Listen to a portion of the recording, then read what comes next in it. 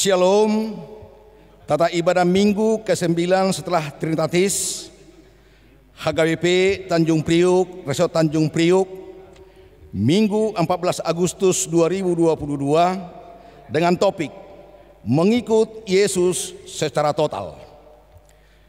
Bapak Ibu yang kami hormati, sebelum kita memulai ibadah kita, mari kita berserah dan berdoa di dalam hati.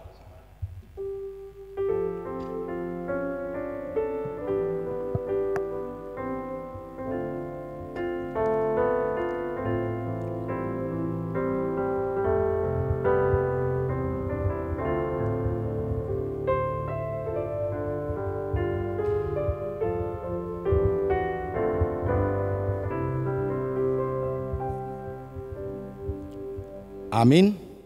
Mari kita bernyanyi buku nyanyian HKBP nomor 574 ayat 1 dan 2.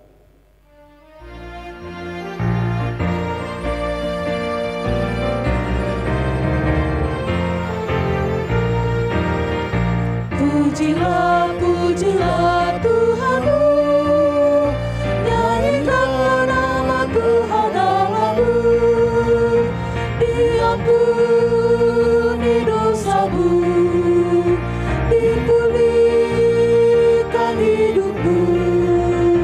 Pujilah, pujilah Tuhanmu, nyanyikanlah nama Tuhan Allahmu. Muliakan, muliakan Tuhanmu, beritakan kasih rahmat Tuhanmu.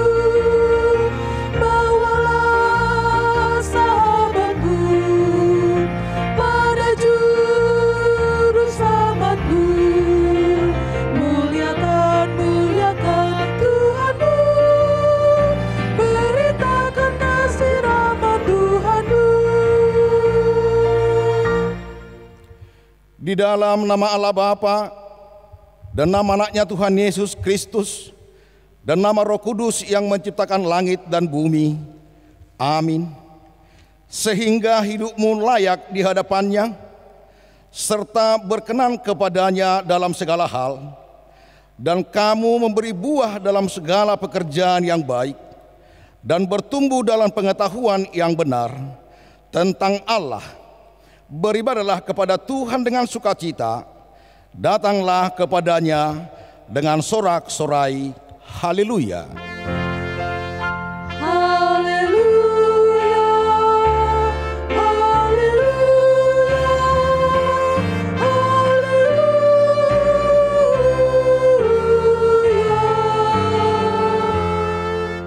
Mari kita berdoa. Ya Tuhan Allah, Bapa kami yang Maha Pengasih, tuntunlah kami kepada anak-Mu, supaya kami menjadi milik-Nya. Berilah kepada kami iman dan kepercayaan yang benar, supaya kami beribadah kepada-Mu saja. Janganlah biarkan jemaat-Mu menyandarkan pengharapannya kepada hal-hal yang duniawi, karena Engkau penyelamat dan perlindungan saya. Tolonglah dan tuntunlah kami di jalan kebenaran menuju hidup kekal, karena kasih-Mu dalam anak-Mu Tuhan Yesus Kristus Tuhan kami. Amin. Kita bernyanyi dari buku nyanyian nomor 17 ayat 2.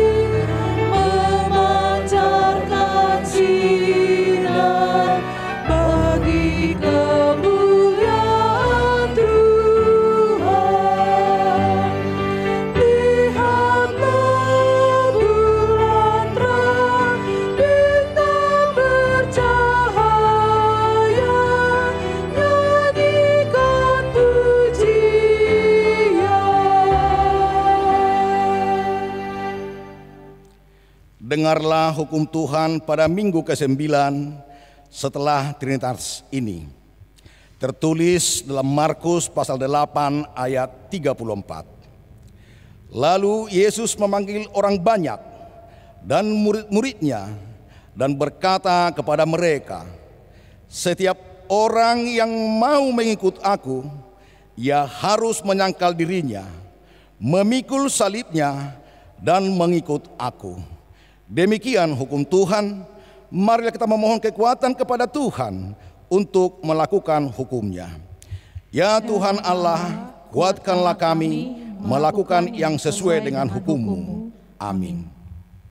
Kita bernyanyi dari buku nyanyian nomor 424 ayat 2 dan 4.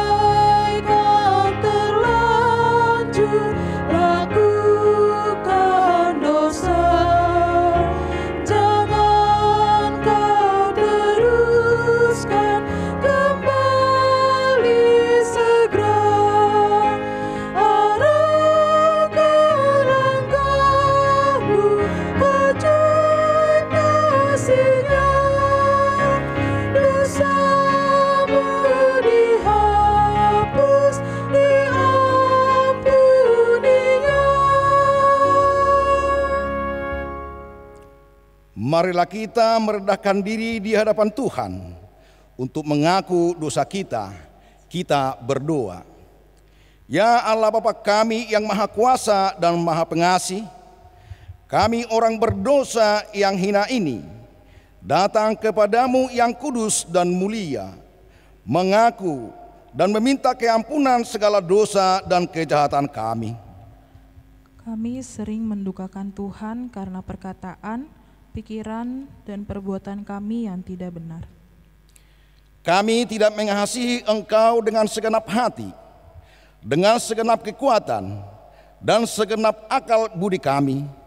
Dan kami tidak mengasihi sesama manusia seperti diri kami. Kami layak kena murka-Mu dan terkutuk selama-lamanya. Tetapi sekarang kami datang memohon keampunan dosa kami. Tolonglah kami agar kami dapat bertobat dan meninggalkan segala kejahatan kami, karena Yesus Kristus anak Allah yang tunggal, dan karena nama-Mu yang kudus itu. Ya Allah, kasihanilah kami orang berdosa ini. Amin.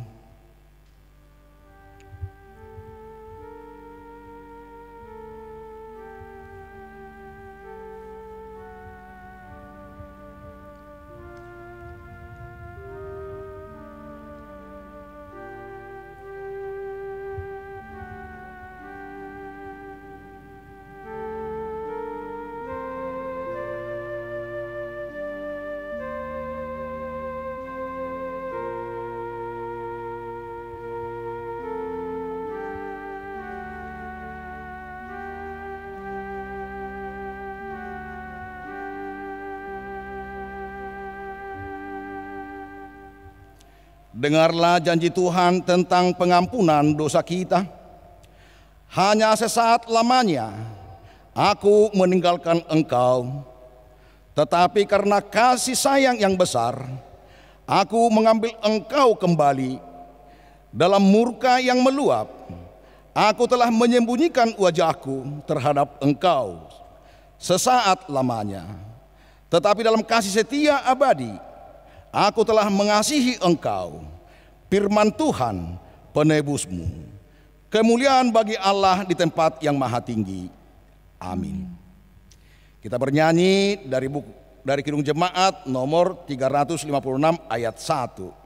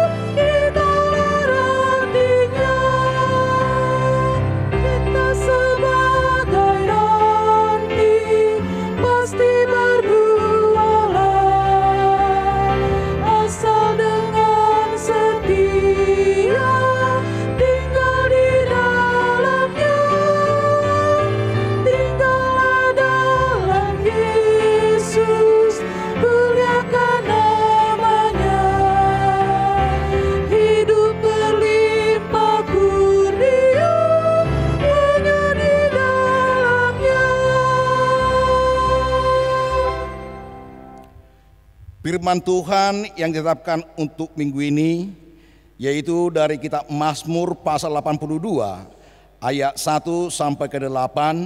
Mari kita baca secara responsoria. Asap. Allah berdiri dalam sidang ilahi. Di antara para Allah ia menghakimi.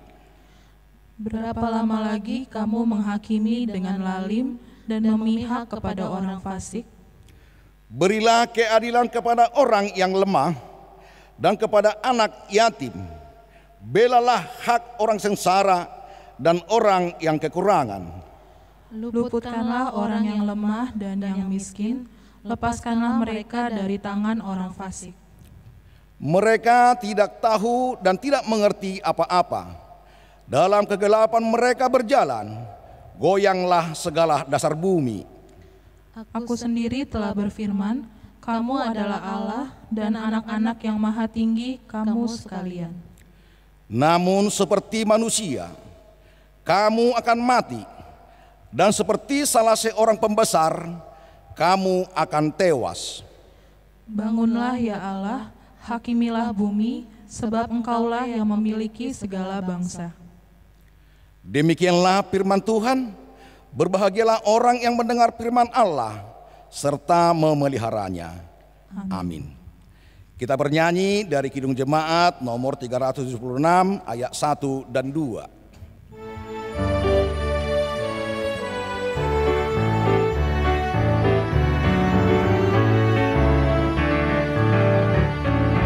Ikuti kau saja Tuhan, jalan damai bagiku.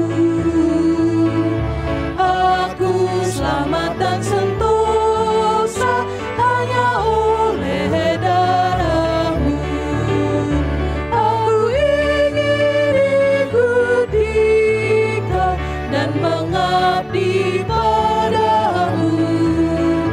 Dalam Dikau juru selamat, ku bahagia penuh.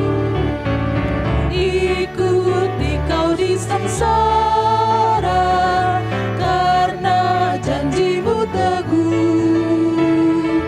Atas kuasa kegelapan, ku menang bersama-Mu. Aku ingin ikuti Kau dan mengabdi padamu. Dalam Dikau juru selamat, ku bahagia penuh. Marilah kita bersama-sama mengaku iman kepercayaan kita. Sebagaimana teman-teman seiman di seluruh dunia, kita bersama-sama mengucapkannya. Aku percaya kepada Allah, Bapa yang Maha Kuasa, Khalik langit dan bumi. Aku percaya kepada Yesus Kristus, anaknya yang tunggal Tuhan kita, yang dikandung daripada Roh Kudus, lahir dari anak darah Maria, yang menderita sengsara di bawah pemerintahan Pontius Pilatus, disalibkan, mati dan dikuburkan, yang turun ke dalam kerajaan maut. Pada hari yang ketiga, bangkit pula dari antara orang mati, naik ke surga, duduk di sebelah kanan Allah Bapa yang Maha Kuasa. Dari sana akan datang kelak untuk menghakimi orang yang hidup dan yang mati. Aku percaya kepada Roh Kudus dan adanya satu gereja yang kudus dan am, persekutuan orang kudus, pengampunan dosa, kebangkitan daging, dan hidup yang kekal. Amin.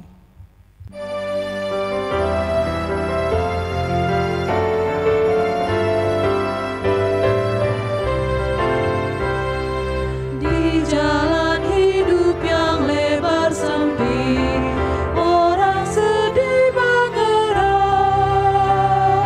Tolong mereka yang dalam gelap, bawa sinar terang.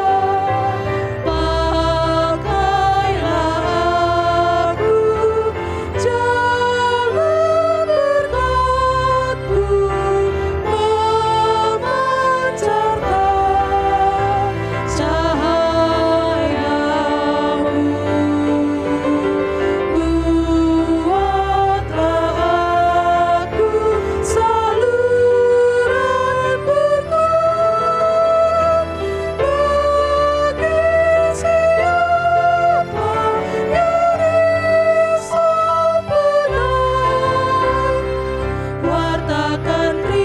dengan kasih-Nya, pengampunan-Nya penuh. Orang kan datang apabila Engkau menjadi saksi teguh. Pakailah aku jalan berkat-Mu, memancarkan cahayamu.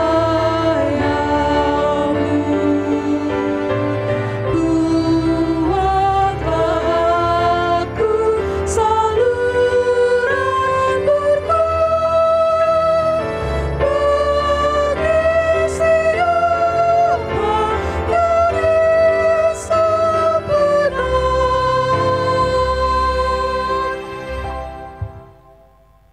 Damai sejahtera Allah yang melampaui segala akal, itulah yang memelihara hati dan pikiranmu dalam Kristus Yesus Tuhan kita. Amin. Ibu bapak saudara-saudara yang dikasihi oleh Yesus Kristus, firman Tuhan yang menjadi kabar baik bagi kita pada hari Minggu ini diambil dari Injil Lukas pasal 12 ayat 49 sampai dengan 53. Saya akan bacakan bagi kita, beginilah sabda Tuhan. Aku datang untuk melemparkan api ke bumi, dan betapakah aku harapkan api itu telah menyala. Aku harus menerima baptisan, dan betapakah susahnya hatiku sebelum hal itu berlangsung. Kamu menyangka bahwa aku datang untuk membawa damai di atas bumi? Bukan. Kataku kepadamu, bukan damai, melainkan pertentangan. Karena mulai dari sekarang akan ada pertentangan antara 5 orang di dalam satu rumah. 3 orang melawan 2 dan 2 melawan 3. Mereka akan saling bertentangan. Ayah melawan anaknya laki-laki, dan anak laki-laki melawan ayahnya. Ibu melawan anaknya perempuan, dan anak perempuan melawan ibunya. Ibu mertua melawan menantunya perempuan, dan menantu perempuan melawan ibu mertuanya. Demikianlah firman Tuhan. Ibu bapak saudara-saudaraku yang dikasihi oleh Yesus Kristus, mungkin kita bertanya senada skeptis atau bingung setelah membaca nas firman Tuhan yang menjadi nas khotbah pada saat ini. Lembaga Alkitab memberi judul Yesus membawa pemisahan, dan di mana tadi kita sudah mendengar Yesus mengatakan, "Aku datang bukan untuk membawa damai, melainkan pertentangan." Dan topik yang ditentukan oleh gereja kita pada hari Minggu ini mengikuti Yesus secara total. Karena itu saudara-saudaraku, dalam hidup ini ditawarkan kepada kita, dan firman Tuhan mengajak kita untuk mengikuti Yesus secara total. Jangan ragu untuk menetapkan hati kita, pikiran kita, keseluruhan hidup kita mengikut Yesus. Memang ada orang yang mengatakan bahwa hidup ini adalah perkara memilih. Karena memang mulai dari kita bangun dari tempat tidur sampai dengan ketika hendak tidur malam harinya, kita diperhadapkan dengan berbagai pilihan di dunia ini. Dan kita harus mengambil sebuah keputusan atau memilih sesuatu untuk menjadi keputusan kita dalam melakukan atau menjalani hidup kita. Minimal ada 4 hal yang harus kita perhatikan dalam perkara memilih. Pertama, kita harus menentukan di antara banyak tawaran yang harus kita pilih. Orang-orang yang bimbang, orang-orang yang mendua hati, maka mereka akan selalu bingung, resah. Kalau bisa semuanya, dia bisa pilih atau dia bisa ambil, dia bisa genggam. Yang kedua, akan ada selalu, apakah itu seseorang ataupun lingkungan ataupun keadaan yang mempengaruhi kita untuk menentukan apa yang hendak kita pilih. Bisa saja keluarga kita, suami, istri, atau orang tua atau anak, dan lain-lain. Sehingga keputusan itu tak sepenuhnya hanya berdasarkan keinginan, kemauan, atau pikiran kita sendiri. Yang ketiga, ada kalanya kita memilih bukan sekedar antara baik dan buruk, tapi juga bisa antara yang baik dan yang lebih baik. Karena itulah dalam era yang sekarang kita harus menentukan apa yang menjadi skala prioritas dalam hidup kita. Dan yang keempat, selalu ada konsekuensi yang kita hadapi di kemudian hari dengan pilihan yang sudah kita ambil. Tetapi ketika kita tidak memilih pun tetap ada konsekuensinya. Karena itu apapun konsekuensi atau risiko atau akibat dari sebuah pilihan, maka kita harus tetap untuk memilih dan menghadapi serta mempertanggungjawabkan dampak akibat konsekuensi dari yang kita pilih. Di dalam pemahaman seperti itulah juga ibu bapak, saudara-saudaraku, hendak kita lihat dari nas khotbah pada hari Minggu ini. Ada 4 istilah minimal yang kita temukan. Pertama dikatakan tadi adalah api dan baptisan. Yang kedua adalah kerinduan atau apa yang diharapkan dengan apa yang disusahkan oleh Yesus Kristus. Yang ketiga adalah damai dan pertentangan. Dan yang keempat dikatakan di dalam nas kita ini adalah yang pintar maupun yang tidak pintar atau yang tidak berhikmat. Sekarang kalau kita selidiki satu persatu, pertama dikatakan api dan baptisan. Banyak orang yang memahami api yang dimaksud oleh Tuhan Yesus Kristus di sini adalah tentang kedatangan Roh Kudus. Karena memang sering sekali Roh Kudus digambarkan seperti api yang menyala-nyala, yang menguasai para murid terlebih khusus di dalam memberitakan Injil keselamatan. Dengan api yang menyala-nyala, para murid begitu bersemangat, begitu berkorban, tidak pernah surut, tapi terus di dalam pekabaran Injil. Tetapi kalau kita selidiki saudara-saudaraku, Roh Kudus itu baru datang setelah Yesus naik ke surga. Karena itu pernyataan Yesus pada saat ini, aku datang untuk melemparkan api ke bumi, itu pada saat dia datang, bukan sesudah dia berangkat atau dia naik ke surga. Dalam sebuah buku dikatakan bahwa api itu bersangkut paut dengan krisis, yakni pemisahan dan hukuman. Kata krisis diambil dari bahasa Yunani yang artinya memisah, mengadili dan menghukum.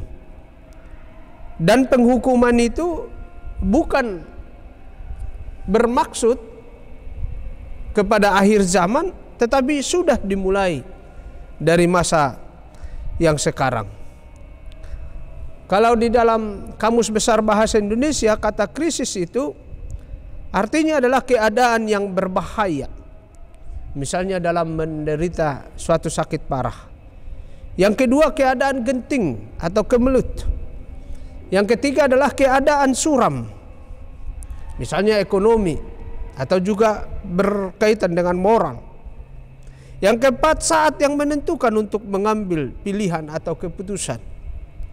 Yang kelima, krisis itu dalam Kamus Besar Bahasa Indonesia artinya adalah konfrontasi yang intensif dan dahsyat. Karena itu apa ya? Kaitan pernyataan yang dikatakan oleh Tuhan Yesus Kristus tentang krisis.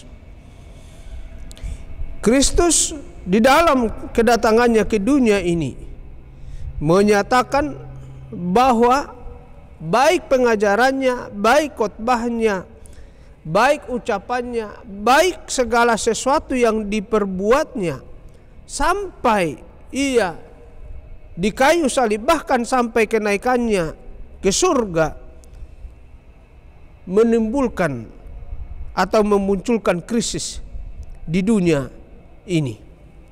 Krisis yang dimaksud adalah untuk memisah, sehingga semua orang harus mengambil sebuah keputusan. Apakah mengikut Yesus Kristus? Apakah mengikut Tuhan Allah? Apakah mengikut sungguh-sungguh Tuhan Yesus Kristus dan Allah yang datang ke dunia ini? Atau mengikut kuasa-kuasa kegelapan dunia ini? Mengikut roh-roh dunia ini? Mengikut tawaran-tawaran dunia ini? Kalau kita ikuti dalam sejarah kekristenan, tentu kita tahu bagaimana beratnya, bagaimana menderitanya, bagaimana sengsaranya warga Kristen mula-mula di dalam kehadirannya di dunia ini. Sebuah buku berjudul Semakin Dibabat Semakin Merambat. Tetapi orang-orang yang sudah mengikut Yesus Kristus, ia memutuskan dirinya, bukan hanya saja lip service, mengatakan percaya, mengatakan mengikut Yesus, tapi secara total benar-benar dia mengikut Yesus Kristus. Walaupun tantangan, walaupun rintangan, walaupun intimidasi, walaupun penganiayaan sudah berada di depannya. Tetapi itulah keputusannya memilih Yesus, mengikuti Yesus secara total. Karena itu api yang dimaksud oleh Tuhan Yesus Kristus di sini juga, yakni firman Allah yang menyinari orang-orang yang percaya tersebut, baik pikirannya, baik hatinya, keseluruhan hidupnya, sehingga ia mengenal sungguh-sungguh kebenaran dari Tuhan Allah, kebenaran yang sejati, kebenaran yang membawa untuk mengikut Yesus Kristus, karena Yesus Kristus adalah jalan kehidupan baginya, karena Yesus Kristus adalah jalan perdamaian atau jalan pendamaian baginya dengan Tuhan Allah. Yang kedua, saudara-saudaraku, dikatakan dengan baptisan. Yohanes juga kita tahu mengadakan baptisan. Bahkan Yesus Kristus juga mendapatkan baptisan dari Yohanes di sungai Yordan. Dan pada saat baptisan kepada Yesus Kristus oleh Yohanes, disitulah juga Tuhan Allah mengafirmasi atau meneguhkan serta memberangkatkan Tuhan Yesus Kristus di dalam pelayanannya sebagai anak Allah di tengah-tengah dunia ini. Karena itu baptisan yang dimaksud oleh Yesus Kristus di sini itu adalah untuk mengatakan bahwa seseorang itu yang sudah menerima baptisan di dalam Yesus Kristus, maka ia juga ditenggelamkan atau dibaptis melalui darah Yesus Kristus yang tercurah di kayu salib. Kristus merasakan atau bergumul di dalam menyampaikan nas ini. Karena kita tahu, saudara-saudaraku, bagaimana Kristus harus melewati masa-masa kesengsaraan sampai ia di kayu salib dan mati di sana. Tetapi Tuhan Yesus Kristus dengan sangat jelas mengatakan bahwa untuk misi Allah, untuk mewujudkan keselamatan Allah, maka ia harus merelakan dirinya sampai ia mencurahkan darahnya yang kudus, supaya dengan darahnya yang kudus membaptis dan membersihkan orang-orang yang datang kepadanya. Itulah kasih Allah yang sempurna yang diwujudkan oleh Yesus Kristus di tengah-tengah dunia ini. Itu sebabnya dikatakan oleh Tuhan Yesus Kristus, kalau kita baca di ayat 50 dari nas kita ini, aku harus menerima baptisan dan betapa susahnya hatiku sebelum hal itu berlangsung. Baptisan yang dimaksud oleh Yesus Kristus di sini adalah bagaimana pengorbanannya yang akan dijalaninya. Tetapi dengan baptisan itulah yang menyelamatkan kita. Dengan baptisan itulah yang memberikan kita pengampunan dan pengudusan serta hidup baru dari Tuhan Allah. Dan yang ketiga dikatakan oleh Tuhan Yesus Kristus adalah damai dan pertentangan. Ada banyak orang, terlebih dari warga gereja, yang merasa sulit memahami ucapan dari Tuhan Yesus Kristus ini.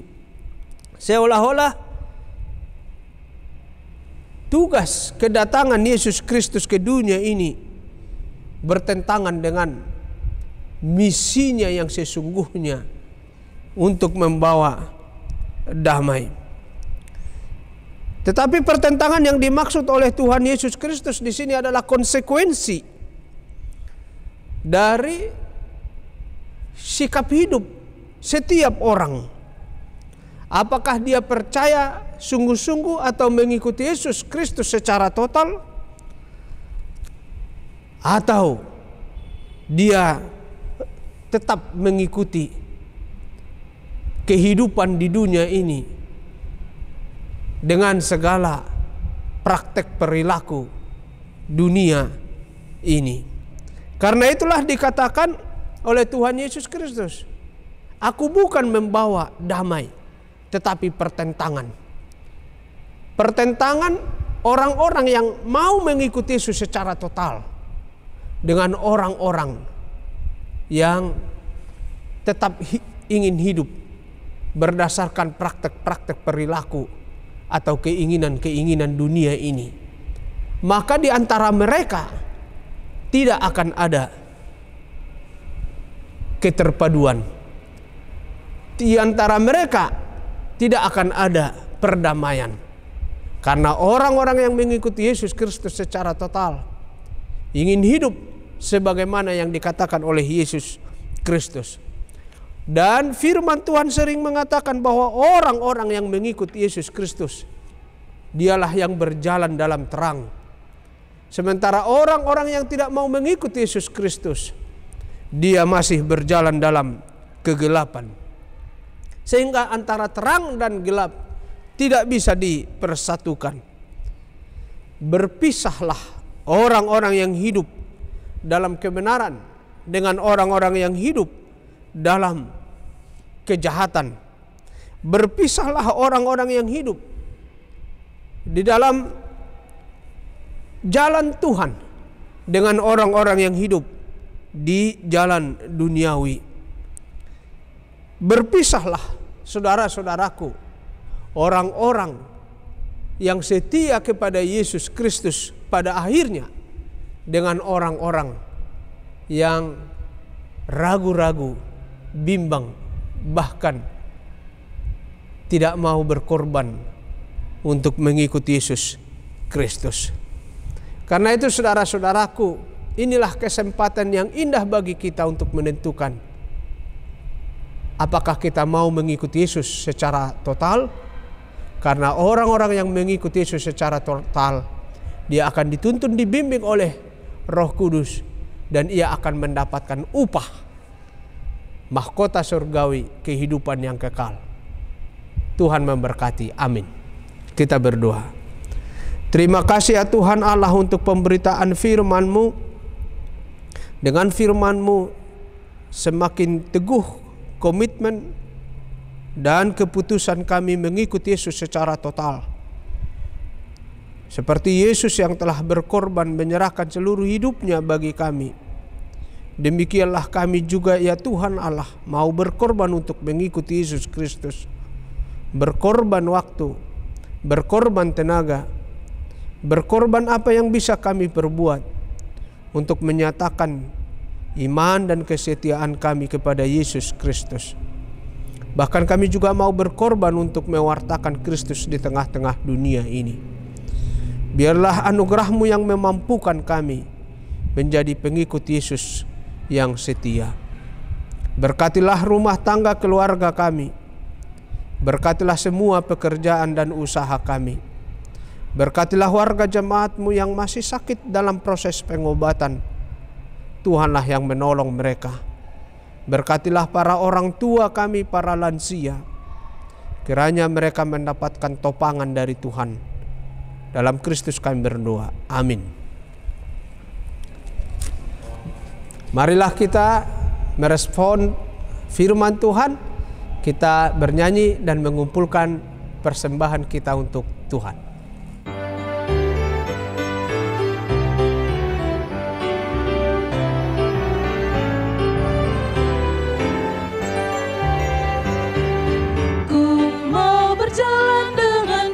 Selamatku di lembah berbunga dan berair sejuk, ya kemana juga aku mau mengikutnya, sampai aku tiba di negeri bakal.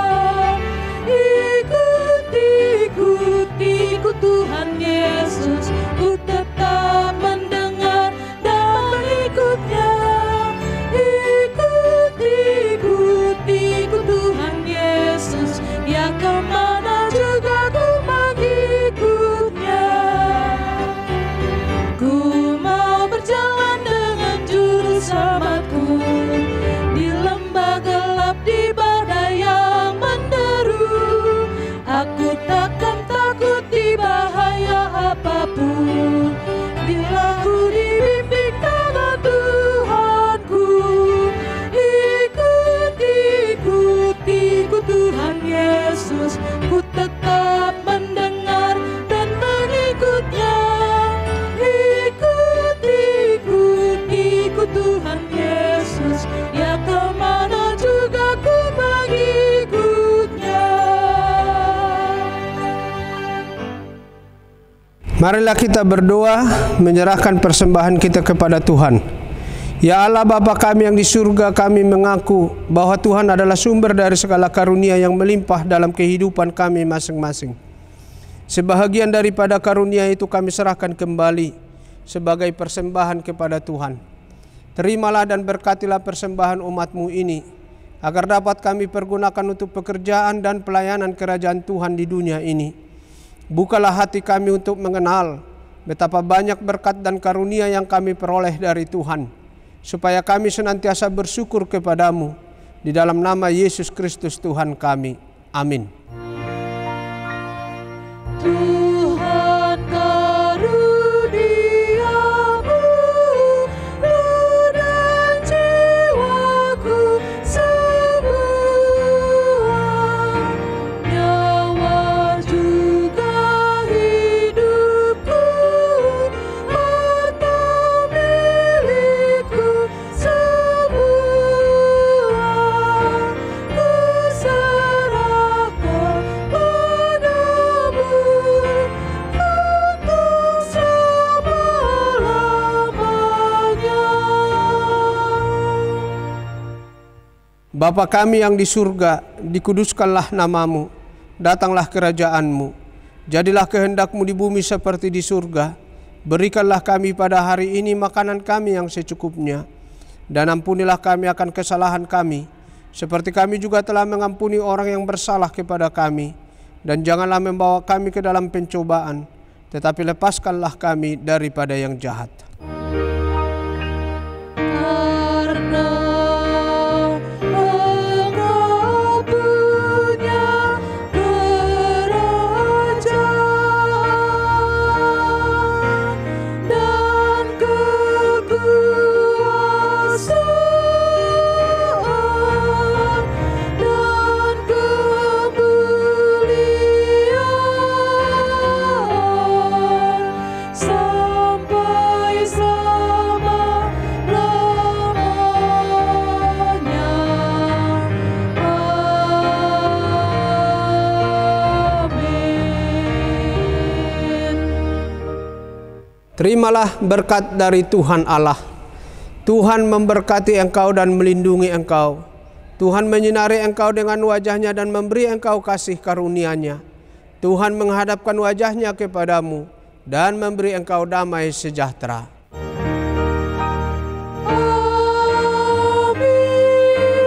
Amin.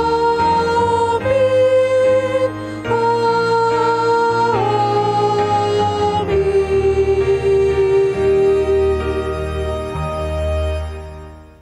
Seluruh pelayan dalam ibadah online pada hari Minggu ini dan juga seluruh majelis jemaat HKBP Resort Tanjung Priuk menyampaikan kepada ibu bapak, saudara-saudara yang terkasih, selamat hari Minggu. Kiranya kita semua selalu sehat juga dengan keluarga. Shalom.